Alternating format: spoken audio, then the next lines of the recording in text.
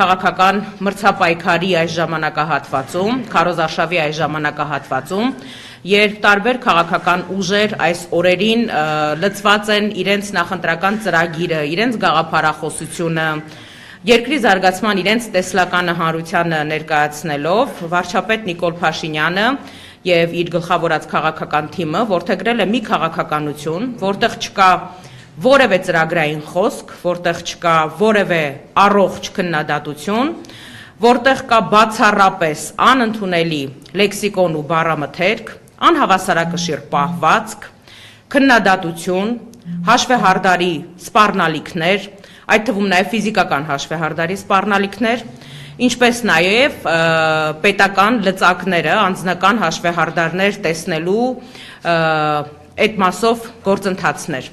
Ասել, որ մեզ համար բացարձակ անընդունելի է այս պահվածքը, կնշանակի ոչինչ չասել։ Ես ուղղակի ուզում եմ մեր հայրենակիցների, մեր ազգաբնակչության ուշադրությունը հրավիրել այն հանգամանքի վրա, որ որքան Բարգավաճ Հայաստան կուսակցությունը, Գագիկ Ծառուկյանը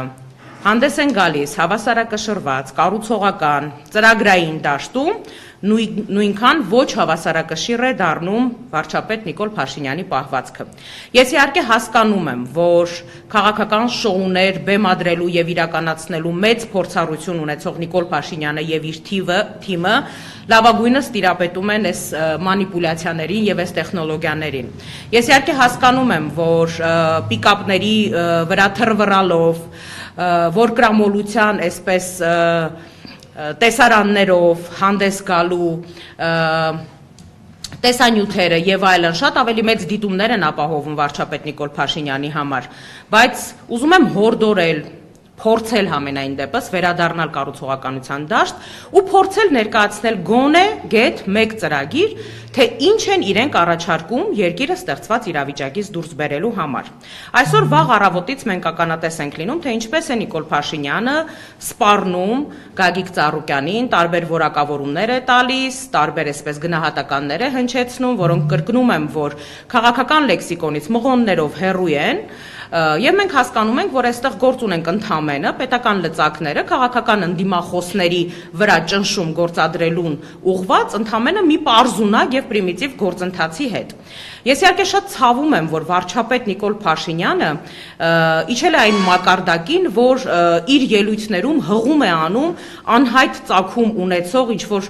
տարօրինակ պարբերականի, որը նույնիսկ պարբերական կամ լրատվամիջոց կոչելը կլինի մեծ ճոխություն։ Ես իհարկե հասկանում եմ, որ The Insider-ին հղում անելու այսպես վարչապետի գործելավոճը ինչ նպատակ է հետապնդում։ Մենք շատ լավ համենայն դեպս գոնե թե այն մարդիկ, ովքեր նվազագույն առնչություն ունեն լրատվամիջոցների հետ աշխատանքի հետ, շատ լավ հասկանում ենք, թե նման հրապարակումները ինչպես են պատվիրվում, ինչպես են իրականություն դառնում, որպեսզի հետո հնարավորություն լինի նրանց հղում կատարելը։ Հիմա կուզեք զուտ մարզական հետաքրքրության համար առնվազն 24 ժամվա ընթացքում արտասահմանյան նման կալիբրի մեկ այլ լրատվամիջոցում օրինակ հրապարակում հայտնվի Նիկոլ Փաշինյանի անցյալի գործունեության թույլ տված սխալների ու մնացած խայտառակ փաստերի մասին, որոնցով որ աչքի է ընկնում Նիկոլ Փաշինյանը եւ իր ղեկավարած թիմը։